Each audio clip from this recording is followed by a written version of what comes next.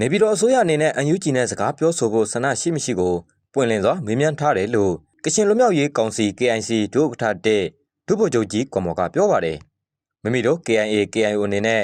နေပြည်တော်အစိုးရနဲ့တဖွဲ့ချင်းစကားပြောရမပြီးနိုင်ကြောင်းပြီးခဲ့တဲ့ဖေဖော်ဝါရီလ10ရက်ကအမေရိကန်နိုင်ငံတက္ကဆက်ပြည်နယ်မှာကျင်းပတဲ့65နှစ်ပြည့်ကချင်တော်လှန်ရေးနေ့အခမ်းအနားမှာအွန်လိုင်းကနေမိန့်ခွန်းပြောကြားစဉ်ထည့်သွင်းပြောကြားခဲ့တာပဲဖြစ်ပါတယ်။ဒုဗိုလ်ချုပ်ကြီးကွန်မော်ပြောဆိုခဲ့တာက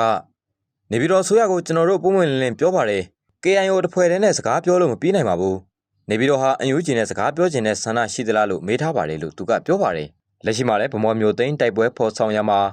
အရင်အနည်းများမယ်ဆိုတာကိုသိတော်လဲလိုအပ်၍တိုက်နေတာဖြစ်ကြောင်း KIA ဟာကချင်ဒေသတစ်ခုလုံးကာကွယ်ရေးလုံခြုံရေးကိုတခြားအင်အားစုတွေနဲ့တိုက်ပွဲဖော်ဆောင်နေကြောင်း၎င်းကဆက်ပြောပါတယ်။ဆက်လက်ပြီးတော့ဒုဗိုလ်ချုပ်ကြီးခွန်မော်က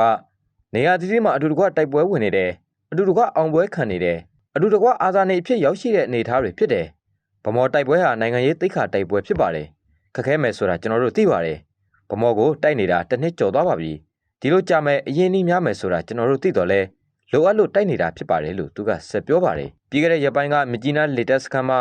ရေဒါတစ်ခုကိုဖျက်ဆီးနိုင်ခဲ့တယ်လို့ဗမော်ဘက်ကတင်ကားတွေကိုလည်းဖျက်ဆီးနိုင်ခဲ့ကြောင်းပြောဆိုထားပါတယ်။လက်ရှိမှာ KIA KIO ဖွဲ့ဟာစကိုင်းတိုင်းအတွင်းကတော်လှန်ရေးအင်အားစုတွေနဲ့ပူးပေါင်းပြီး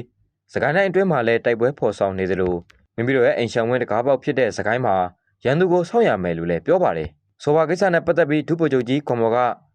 တရုတ်ဆိုရကတိုက်ပွဲတွေမဖော်ဆောင်မှုပြောတယ်။ကျွန်တော်တို့ရှောင်လွဲလို့ရမှာမဟုတ်ဘူး။ဒီမိုကရေစီအင်အားစုတွေနဲ့တိုက်ပွဲတွေဖော်ဆောင်ရမှာဖြစ်တယ်။တို့သဖြင့်ကျွန်တော်တို့ရဲ့အိမ်ရှောင်ဝင်းတကားပေါက်ဖြစ်တဲ့စကိုင်းတိုင်းမှာကျွန်တော်တို့ကရန်သူကိုဆောက်ရမယ်။စကိုင်းတိုင်းမှာရှိတဲ့အင်အားစုနဲ့ကချင်ပြည်ကတကားပေါက်လုံခြုံရေးတော့တေချာပေါက်လွှဲရမယ်လို့သူကပြောဆိုခဲ့တာပါ။စကိုင်းတိုင်းအတွင်းကလုံခြုံရေးရေးပါတဲ့ကသုံးလုံးဖြစ်တဲ့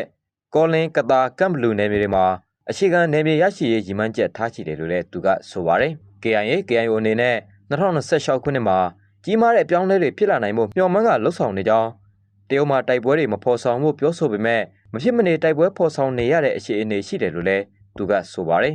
။ပြီးခဲ့တဲ့ဇန်နဝါရီ10ရက်နေ့မှာ KIA ပူးပေါင်းဖွဲ့တွေသိမ်းပိုက်ထားတဲ့စကိုင်းတိုင်းဗမောက်မြို့ကိုစစ်တပ်နဲ့ရှမ်းပြည်အမျိုးသားများတပ်မတော် SND တို့ကပြန်လည်ထိန်းချုပ်ထားတယ်လို့လည်းသိရပါတယ်။